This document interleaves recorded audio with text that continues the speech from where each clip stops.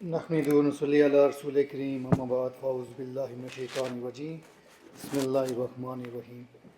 معزز سامعین، میرے بزرگ بھائیوں، دوستوں، میری بہنوں، میرے ہم خیال، ایک آزاد اور خود مختار ریاست کا خواب دیکھنے والے تمام شرکاء کا میں بہت ممنون و مشکور ہوں کہ جنہوں نے اپنے قیمتی وقت نکال کر آج جناب فرزند کشمیر گلگت اور بلتستان میں پیدا ہونے والے اس جالے جس نے اپنی زندگی کشمیر کی خود مختاری کے لیے وقف کر دی، جس نے پابند سلاسل ہو کر بھی یہ خود مختاری کا نعرہ، یہ خود مختاری کی کاوش کو نہیں چھوڑا، ان کو خراج تحسین پیش کرنے کے لیے بیٹھے ہوئے آپ سب کا بہت بہت ممنون و مشکور ہوں.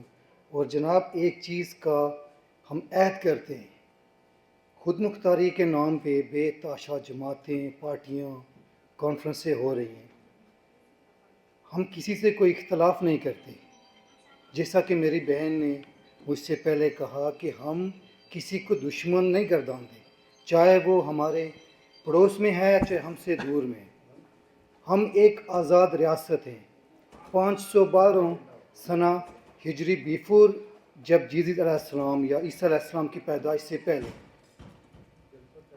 312 سے آپ اس کی ہسٹری اٹھائیں تو آپ کو قصص الانبیاء میں کاشر کا لفظ ملے گا، اور 512 میں مملوک سلطنت جو اس وقت وجود میں آ رہی تھی، کوئی اسلام یا عیسائی نہیں تھے، عبرانی سلطنتیں ہوا کرتی تھی.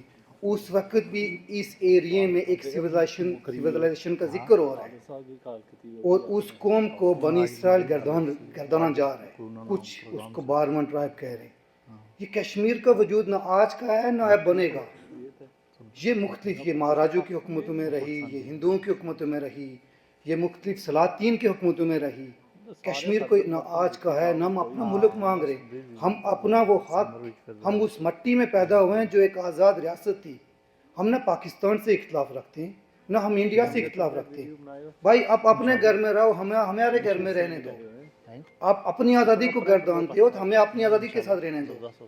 جس طرح ہم انویٹ نہیں کرتے، کبھی کوئی کشمیری بمبئی دلی میں انویٹ نہیں کر رہا یا پنجاب میں انویٹ نہیں کر رہا، تو ان کو بھی حق نہیں ہے ہم پہ انویٹ کریں. وہ ہمارے پڑوسی ہیں، وہ خوشی سے رہیں، بھائیوں کی طرح رہیں، لیکن ہمارے وطن سے، ہماری مٹی سے دغا بازی نہ کریں. ہمارے نام پہ جو ہمیں ایک دوسرے خاندانی بیس، سیاسی بیس، جموں کشمیر لبریشن فرنٹ سیاسی جماعت نہیں ہے. جہاں تک میں ایک ادنا کارکن ہوں، میں نے جو سیکھا یہ کوئی جماعت، یہ تحریک تھی. اس کو 1970 سے لے کے 1990 تک اس کو صرف مذہبی اور دہشت گرد تنظیم بنانے کے لیے شرپسند عناصر کو انہوں نے انویٹ کیا ہے. ایک تحریک آزادی، ایک خود مختار کشمیر کے لیے جو ہم بات کر رہے ہیں، یہ ہمارے بزرگوں نے، ہمارے بھائیوں نے، ہمارے بڑوں نے یہ جو شروع کیا، اس کو ایک مذہبی رخ دینا، اس کو دہشت گردی تنظیم گردانا، بین کروانا، یہ آپ سب مجھ سے بہتر جانتے ہیں، آپ سب مجھ سے سینئر ہیں. پھر اب ہم جب خود مختاری کی بات کریں تو ہم تکمیل پاکستان یا تکمیل ہندوستان کی بات نہیں کر رہے ہیں، ہم اپنے وطن کی بات کر رہے ہیں، اپنی مٹی کی بات کر رہے ہیں کہ ہم آزاد ریاست تھے اور ہم آزاد ریاست ہی رہنا چاہتے ہیں. ہم آج سے کوئی مخالفت نہیں کرتے، لیکن ہمیں آزاد ہی رہنے دیا جائے. اسی پہ میں صرف اتنا کہوں گا کہ امان اللہ خان صاحب کے اس عہد کو یاد رکھیں کہ خود مختاری اور آزادی ہمارا کلمہ نعرہ ہے.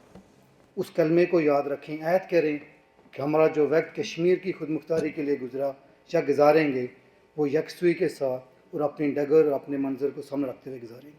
فی امان اللہ والسلام. جی بہت شکریہ. معزز سامعین، آج ہم کے خراج عقیدت پیش کر رہے ہیں اس شخصیت کو جس کا بچپن، لڑکپن، جوانی، بڑھاپا وہ تو جدوجہد پہ ہی گزرا، لیکن جس نے اپنے مرنے کے بعد بھی کشمیر کا سوچا، آزادی کا سوچا، تو وہ شخصیت امان اللہ خان ہیں. جب ان کے آخری ایام آئے، بادر انسان بادر کی صورت میں اس دنیا سے گئے، کبھی کوئی پریشانی، کوئی شکایت، جس نے بھی کہا وکٹری کا نشان آیا، آخری لمحات تک میں بھی وہاں پہ تھا، ان کا وکٹری کا نشان تھا.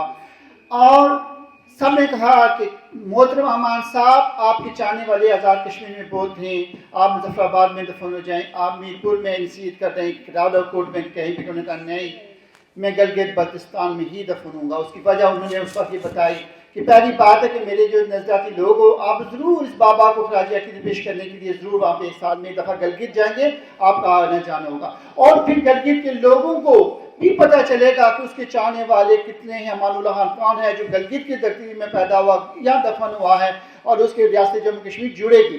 ہم یہ دیکھ رہے ہیں کہ آج آپ جا کے گلگت بلتستان میں دیکھیں کہ وہ آزادی کی بات ہو رہی ہے، وہ ریاست جموں کشمیر کی بات ہو رہی ہے، وہ گلگت بلتستان کا جو کبھی کہتا ہم کشمیر کا ایسا ہے ہی نہیں ہے، مانتے ہیں یہاں پاکستانی ہیں۔